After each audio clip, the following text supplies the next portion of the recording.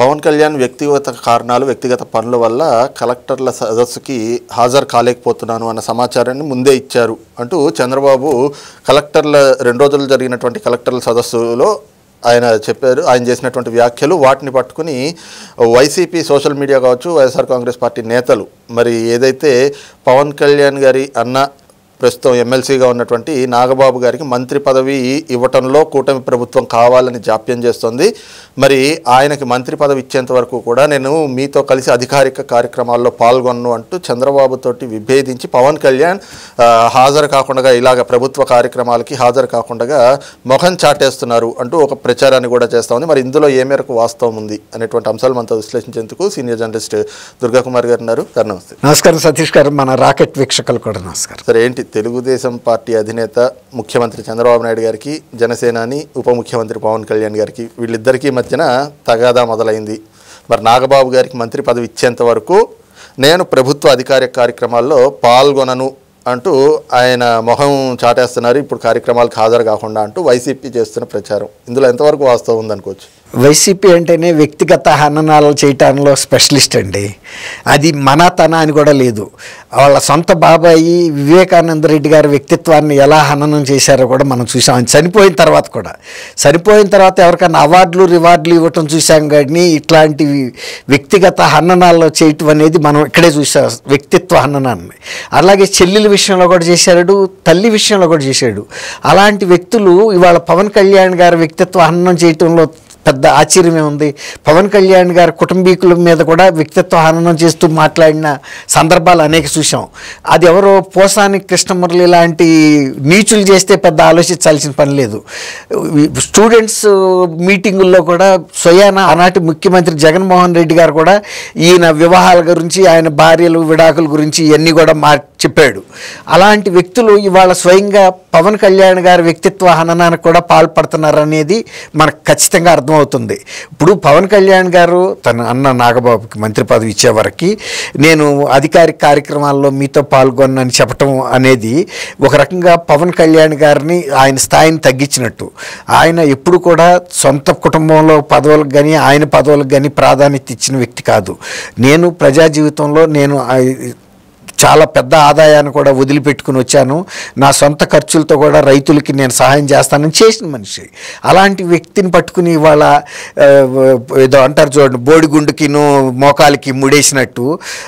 ఇంకోటి ఏంటంటే వాళ్ళు వైఎస్ఆర్సీపీ వాళ్ళు గమనించాల్సింది, ముఖ్యమంత్రి ఉప ముఖ్యమంత్రి ఒకే కార్యక్రమంలో పాల్గొనడం కూడా అంత శ్రేయస్కరం కాదు. ఎందుకంటే ఇద్దరు 2 సార్ల రాష్ట్ర ప్రభుత్వ పరిపాలన అనేది అనేక బహుముఖాలలో జరుగుతూ ఉంటుంది. అందువల్ల అనేక అంశాలని చూసుకుంటూ వెళ్ళాలి తప్ప ఇద్దరు ఒకసాట కూర్చోవటం వలన కూడా వచ్చే అదనపు ప్రయోజనం కూడా ఏం లేదు. కాబట్టి అయినా కూడా ఆయన మర్యాదపూర్వకంగా పవన్ కళ్యాణ్ గారు ఈ కలెక్టర్ల సదస్సుకి నేను వ్యక్తిగత కారణాల వలన రాలేకపోతున్నానని చెప్పిన అంశాన్ని కూడా చంద్రబాబు నాయుడు గారు సమావేశ ప్రారంభ దీనిలోనే చెప్పాడు. ఈ కార్యక్రమానికి ఉప ముఖ్యమంత్రి పవన్ కళ్యాణ్ గారు కూడా వచ్చేవారే, కానీ ఆయన కొన్ని వ్యక్తిగత కారణాల వలన రాలేకపోతున్నారని చెప్పిన తర్వాత కూడా దీనికి ఇంత కలర్ పూసి, రంగు పూసి, అంటే ఏదో వీళ్ళిద్దరి మధ్యలో స్పర్ధ ఉందని ఒక క్రియేషన్ చేయటానికి తప్ప ఆయనకి ఇచ్చారు కదా ఎమ్మెల్సీ ఇచ్చిన తర్వాత దానికి సమయం సందర్భం వచ్చినప్పుడు తప్పకుండా అది జరుగుతుంది. ఒకవేళ అది జరిగినా జరగకపోయినా పవన్ కళ్యాణ్ గారు దానికి దీనికి ముడేసే మనిషి కాదు. ఈ రాజకీయం అనేది చాలా దీర్ఘకాలంలో జరగాల్సిన అంశం. ఇంకోటి మీరు ఇక్కడ గమనించుకోవాలి, పవన్ కళ్యాణ్ గారు పార్టీ పెట్టిన తర్వాత 14 ఏళ్ల పాటు కూడా ఆయన అధికారంలోకి రాలేకపోయినప్పుడు కూడా ఆయన చింతించలా. నేనేం అధికారం కోసమే పార్టీ పెట్టలేదు, ఇది సుదీర్ఘ ప్రయాణం అని నాకు తెలుసు, అది నేను సాధించే వరకే వెళ్తాను తప్ప నేనేదో 1-2 సార్లు నిరాశ పడిపోయి నేను పార్టీ మూసుకుని వెళ్ళిపోతానని చెప్పలేదు. ఆయన 2 సార్లు ఓడిపోయినప్పుడు కూడా ఇదే పార్టీ వైఎస్ఆర్సీపీ వాళ్ళు ఆయన్ని హేళనగా మాట్లాడితే కూడా ఆయన ఏమీ తగ్గలేదు, ఆయన ఏమి కించిత్తు కూడా ఆయన డౌన్ అవ్వలా. నేను తర్వాత మొన్న ఎలక్షన్లో అసలు ఆయన్ని గేటు కూడా తాకనివ్వని కూడా చెప్పారు. ఎవరైతే మాట్లాడారో అసెంబ్లీ గేటు తాకనివ్వనన్నారో వాళ్ళు ఎమ్మెల్యేలుగా కూడా గెలవలేకపోయారు.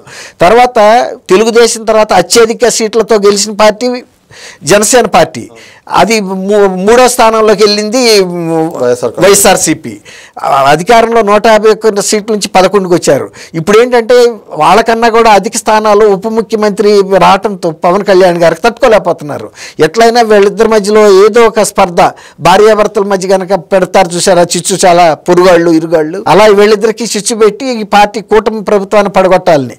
అది ఎంత నక్క గనక గుంట దగ్గర వెయిట్ చేసినట్టుగా ఉంటుంది తప్ప అది పెద్దగా అతికే సందర్భం ఉండదండి. తర్వాత చంద్రబాబు నాయుడు గారు, తర్వాత పవన్ కళ్యాణ్ గారు కూడా ఒక భారీ విశాలమైన ఒక దృక్పథంతో కూటమిలో వచ్చారు. కానీ ఆయన ఒకటే చెప్పాడు ఫస్ట్ పవన్ కళ్యాణ్ గారు, ఎట్టి పరిస్థితుల్లోనూ ప్రతిపక్షాల ఓటు చేయాలనివ్వను, జగన్మోహన్ రెడ్డి లాంటి ఒక అవినీతి ముఖ్యమంత్రిని నేను పదవిలోకి రానివ్వనని వాగ్దానం చేశాడు ఆయన. అంటే అప్పటికి ఆయన గమనించాడు, మేము ఈ ఓట్లు చీల్చుకోవటం వల్ల ఇతను గెలుస్తున్నాడు కానీ ప్రజల్లో ఇతనికి అభిమానం లేదు అని. అలాంటప్పుడు జగన్మోహన్ రెడ్డి గారు వైఎస్ఆర్సీపీ పార్టీలు వేసే ఇట్లాంటి ఉచ్చుల్లో పవన్ కళ్యాణ్ గారు పడితే గతంలో ఆయన ఎంత స్ట్రగుల్ పడ్డాడో ఆయన తెలుసు. అసలు ఆంధ్రప్రదేశ్లో చంద్రబాబు నాయుడు గారిని పలకరించడానికి కానీ, తర్వాత ప్రజల నుంచి సమస్యలు తెలుసుకోవడానికి వైజాగ్ వెళ్తే కూడా ఓటర్లను చుట్టుముట్టి వైఎస్ఆర్సీపీ కార్యకర్తలు ఆయన బయటికి కూడా రానివ్వాలి. అంటే ఎక్కడ వీలైతే అక్కడ దౌర్జన్యం దాష్టికం చేశారు ఆయన మీదే. కాబట్టి ఆయన గతంలో ఎంత ఇబ్బంది పడ్డాడో అది తెలుగుదేశం లాంటి పార్టీకి క్యాడర్ ప్రతి ఊర్లోనూ ఉంది. అందుకని తెలుగుదేశం పెద్దన్న పాత్ర పోషించాలని ఆయన ఆహ్వానించాడు.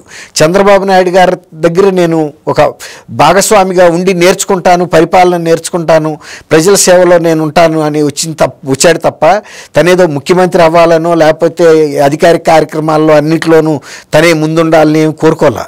ఎప్పుడు అవకాశం ఉండే చాట వస్తున్నాడు, అవకాశం లేని చాట వేరే కార్యక్రమాలు చేస్తున్నాడు ఆయన. అంటే ఇక్కడ ప్రధానంగా చూస్తే ఎన్నికల ముందు కూడా మనం చూసాం, అటు తెలుగుదేశం జనసేన ఈ రెండు పార్టీల మధ్య పొత్తు కుదరకూడదని చెప్పి వాళ్ళు చేసినటువంటి ప్రయత్నాలు. ఇక అధికారంలోకి వచ్చిన తర్వాత కూడా మొన్నటి వరకు మనం చూసాం, లోకేష్ గారికి ఉప ముఖ్యమంత్రి పదవి ఇవ్వాలి అని చెప్పి తెలుగుదేశం పార్టీ శ్రేణులు చాలా వరకు ఒత్తిడి తెస్తూ ఉన్నాయి. అది పవన్ కళ్యాణ్ గారికి నచ్చట్లేదు. లోకేష్ గారిని ఎలివేట్ చేసుకోవడానికి చంద్రబాబు నాయుడు గారు పవన్ కళ్యాణ్ని తొక్కేస్తున్నారు అంటూ కూడా కొన్ని ప్రచారాలు చేశాం. ఈ తరుణంలో ఇప్పుడు వచ్చిన ఈ ప్రచారాన్ని ఎలా చూడాలి? అదే సామధాన భేద దండోపాయాలు అంటారు సారా, అక్కడ ఒకటి ఎత్తు పారలేదు, ఇంకొక టైపు. అది మీరు అన్నట్టు ఎన్నికల ముందు నుంచి ఒక నిరంతర ప్రక్రియగా ప్రయత్నం చేస్తున్నారండి. అసలు తర్వాత సీట్ల పంపిణీ దగ్గర కూడా గొడవలు అవుతాయి అన్నాడు. అక్కడ పవన్ కళ్యాణ్ గారు త్యాగం చేశాడు, బీజేపీ ఎక్కువ అడిగినా కూడా ఇచ్చేశాడు. ఎందుకంటే వాళ్ళకి అంత బలం ఉండాలేకపోయినా అడిగారు కాబట్టి మిత్రధర్మంగా ఇద్దాము అంతే తప్ప మనలో ఐక్యతను కోల్పోవద్దని ఆయనే ప్రపోజ్ చేశాడు. అలా త్యాగం చేసిన మనిషి ఇవాళ చంద్రబాబు నాయుడు గారితో విభేదించి అందులోనూ మంత్రి పదవి గురించి, అందులో తనకి నాగబాబు, ఇప్పుడు వాళ్ళకి ఆల్రెడీ 2 మంత్రులు ఇచ్చారు, వాళ్ళు ఆయన ఉప ముఖ్యమంత్రిగా ఉన్నాడు, హ్యాపీగా ఉన్నాడు. అట్లాంటప్పుడు వస్తే నాగబాబు గారికి ఇస్తే ఒక కాలక్రమేణా జరుగుతుంది. కానీ ఇంకోటి ఏంటంటే ఇక్కడ గమనించాల్సింది, పవన్ కళ్యాణ్ గారు కనుక నాగబాబుకి మంత్రి పదవి ఇప్పించుకుంటే కూడా ఒక రకంగా పవన్ కళ్యాణ్ గారికి కూడా ప్రజల్లో కొంత ఇబ్బంది ఎదుర్కోవాల్సి వస్తుంది. అంటే ఆయన అన్నని ముఖ్యమంత్రి మంత్రి పదవి ఇప్పించుకున్నాడు అనేది అంటారు. అందువల్ల ఆయన కూడా సెకండ్ థాట్స్లో ఉంటాడు.